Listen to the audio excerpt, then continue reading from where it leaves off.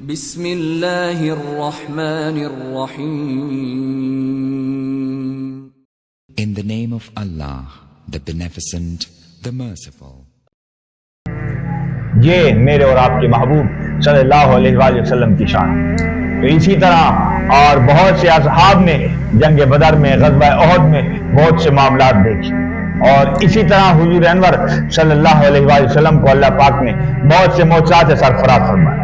ایک غیر مسلم یہودی آپ صلی اللہ علیہ وسلم کی خدمت میں حاضر ہوا اور عرض کیا کہ یا رسول اللہ صلی اللہ علیہ وآلہ وسلم، میں ایمان لانا چاہتا ہوں، آپ ایسی کرم نوازی فرمائیں کہ مجھے ایسا معجزہ دکھائیں کہ میں ایمان لے آؤں. سرکار نے ارشاد فرمایا کہ تم کیا دیکھنا چاہتے ہیں؟ صلی اللہ علیہ وآلہ وسلم کا فرمان سن کر تو اس نے عرض کیا کہ حضور والا، یہ میرے پاس ایک گٹھلی ہے، کھجور کی ایک گٹھلی ہے، میں یہ چاہتا ہوں کہ آپ اسے زمین میں بوئیں اور اسے پانی لگائیں، یہ کل صبح ایک تناور درخت بن جائے اور اس پر پھل یعنی کھجوریں بھی آ جائیں. تو کرم نوازی فرمائے اگر ایسا ہو گیا تو میں آپ کی ذات پر ایمان لے آؤں.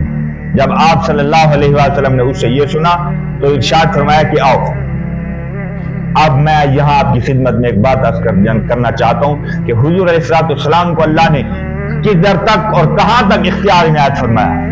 آپ نے خود زمین کا انتخاب نہیں فرمایا کہ یہاں دفن کر دوں کل تناور درخت ہو جائے گا. کل کو کوئی اٹھ کر یہ اعتراض کرے کہ محبوب جانتے تھے کہ یہاں پر زمین بڑی زرخیز ہے، لیکن جتنی بھی زرخیز ہو ایک دن اور رات میں تو کوئی درخت تناور نہیں ہو سکتا، جلدی ہو سکتا ہے لیکن ایک دن اور رات میں 24 گھنٹوں میں تو کچھ نہیں ہو سکتا. لیکن آپ علیہ السلام نے اس اشکال کو دور کرتے ہوئے ارشاد فرمایا کہ زمین کا انتخاب تم کرو تاکہ میں پھر وہیں جا کر یہ درخت لگاؤں اور کل تناور درخت ہو جائے. تو آپ صلی اللہ علیہ وآلہ وسلم اس کی منظور کردہ اسی کے اشارے پر اس نے عرض کیا کہ حضور یہاں پر دفن کر دیں. تو آپ صلی اللہ علیہ وسلم نے وہ گٹھلی وہاں پر دفن فرمائی اور اسے پانی دیا، اپنی انگشت مبارک سے، انگلی مبارک سے پانی دیا، جو انگلی رکھی وہ پانی سے وہ چشمہ اور وہ گڑھا بھر گیا اور آپ صلی اللہ علیہ وآلہ وسلم واپس تشریف لے آئے. اب وہ یہودی یہ سوچتا ہے کہ کل نہ درخت ہوگا اور نہ اس پر پھل ہوگا تو میں بالآخر ایمان نہیں لاؤں گا. عرض کروں گا حضور آپ نے تو میری بات کو پورا نہیں کیا.